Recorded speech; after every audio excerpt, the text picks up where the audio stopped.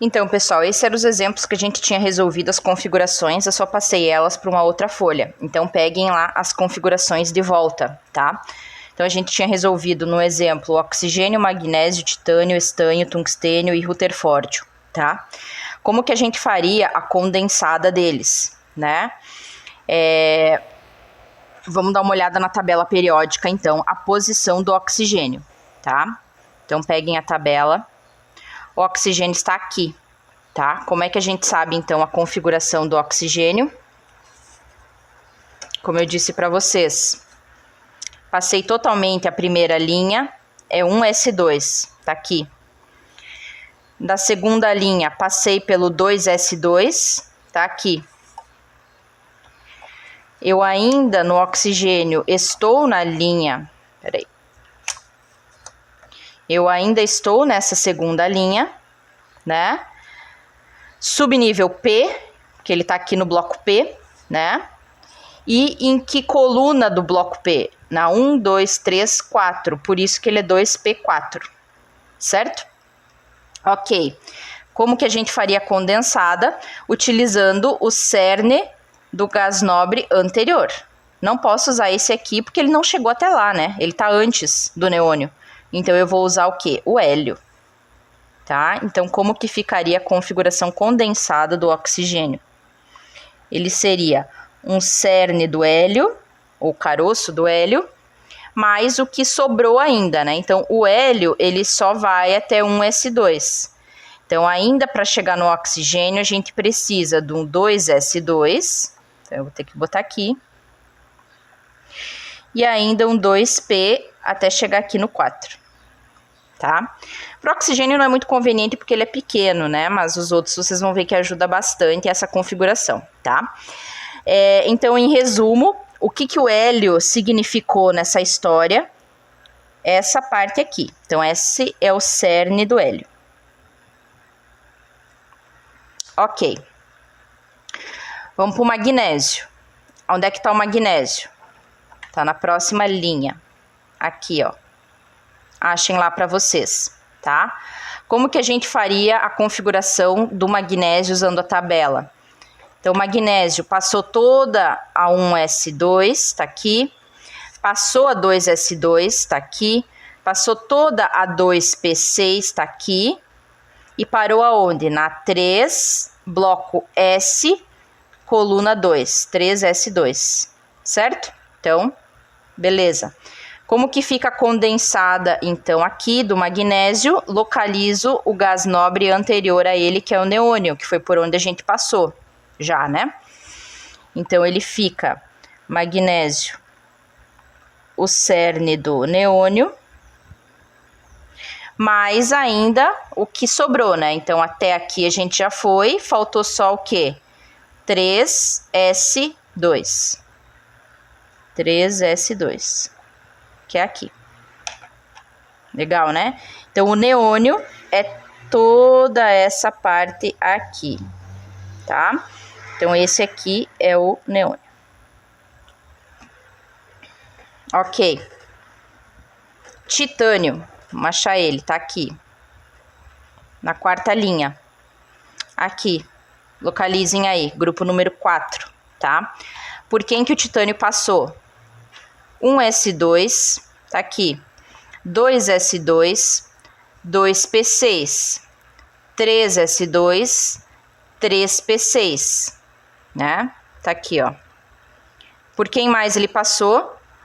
4s2, 3, por quê? Porque quando a gente entra no D, a gente diminui 1, né? Então, eu tô na linha 4, eu venho para 3 para entrar no D.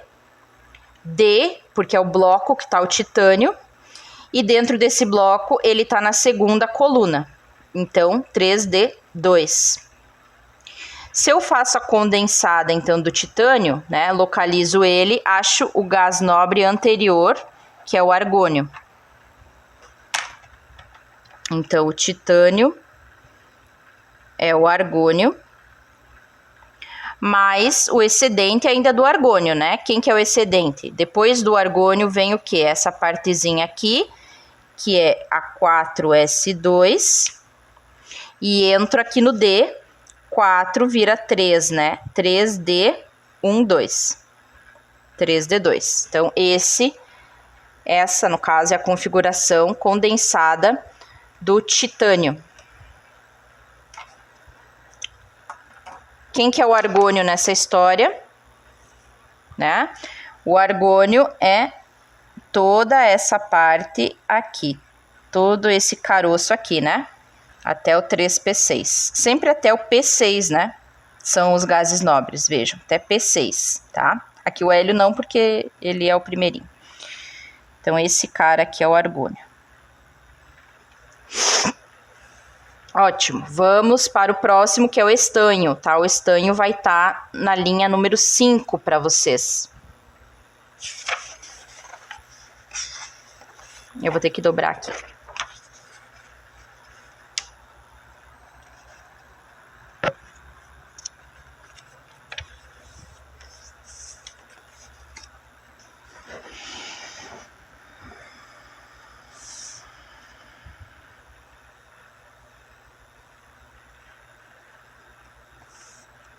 Então, aqui, ó, estanho. Quem que eu passei para chegar no estanho? Vamos lá. 1S2, 2S2, 2P6. Tá aqui, ó, vão acompanhando. Passei 3S2, 3P6, 4S2, 3, né, porque eu diminui 1, D10, vejam que foi tudo, né?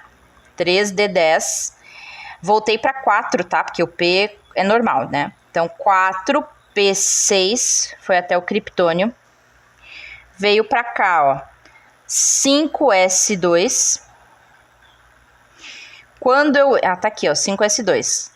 Quando eu entro no D, eu diminuo 1. Se tá no 5, é 4, né? 4D10, que foi todo o D, 4D10. Volta pro 5, que é no P, 5P2, porque tá na segunda coluna ali do bloco P, tá? 5P2. Como é que fica a condensada do estanho? Né? Então, o estanho tá aqui, o gás nobre anterior dele é o criptônio, que é o Kr, tá? Criptônio mais alguma coisa, que é quem? 5S2. Tô escrevendo agora de verde.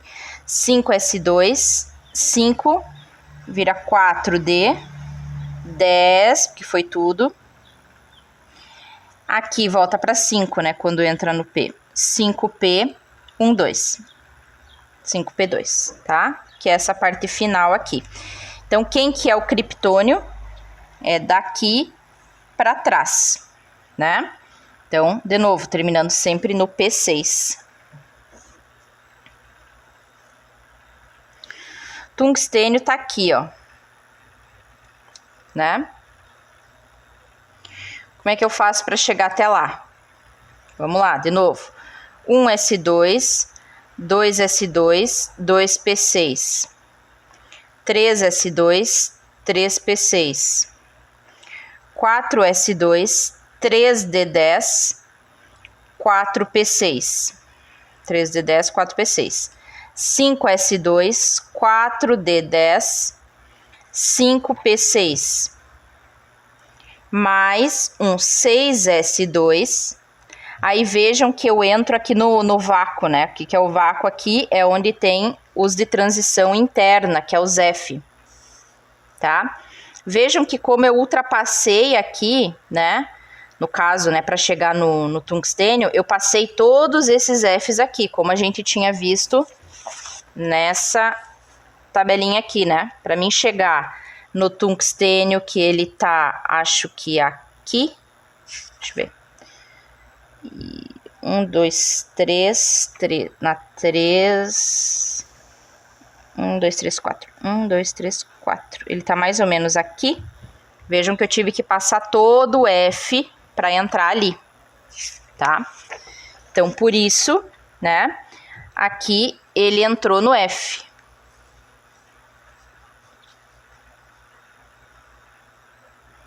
Vejam aqui que ele entrou no F, tá? só que não é a 6F, né? Como a gente viu, o F eu diminuo 2, né? Então ficam 4F14, porque passou todos do F e entrou no D.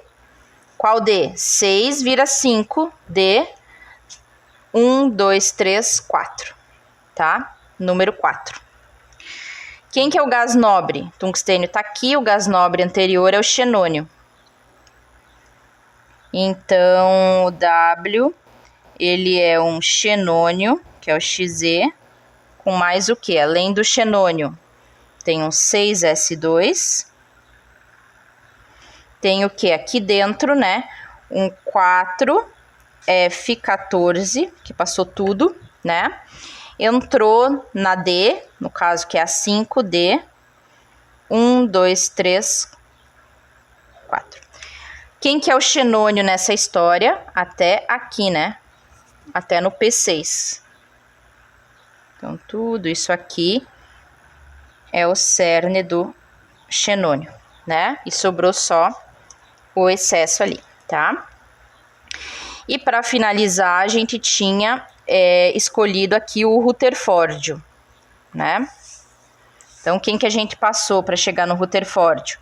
1S2, 2S2, tá aqui, 2P6, 3S2, 3P6, 4S2, 3D10, 4P6, 5S2, 4D10, 5P6, tá aqui já. Que mais? 6S2, daí vira 4, F14, 5D10, foi tudo isso aqui. Entrou na 6P6, foi tudo isso aqui. Veio aqui na 7S2. Vejam que para chegar no rutherfórdio eu passei por todos os F de novo. Então, se tá na 7, vira 5F, né? 5F14. Não sei se vocês estão vendo. Ah, não estão vendo aqui. 5F14, tá? E parou aonde, né? Na 7 vira 6D. Coluna 1, 2. 5D2, tá? Quem que é o gás nobre anterior ao rutherfórdio é o radônio. Então, a gente vai usar o cerne do radônio.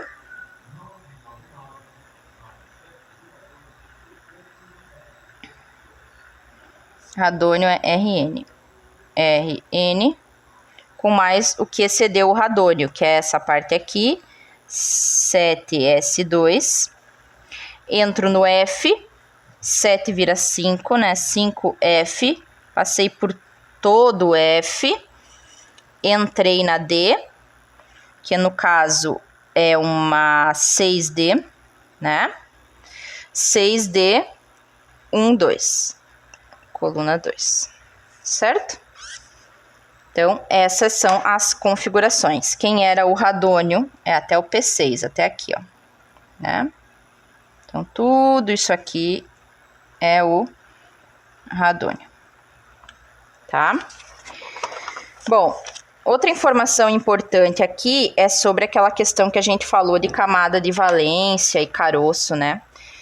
Então, quem são as camadas de valência? Sempre as últimas aqui, tá? Então, eu olho realmente qual é o último nível do negócio, tá?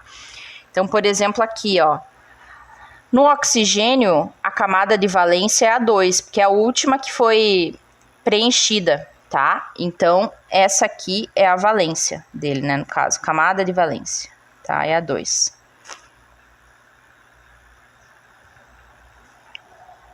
Camada de valência. Então, se o oxigênio for participar, por exemplo, de alguma reação química, ele vai estar utilizando esses caras aqui.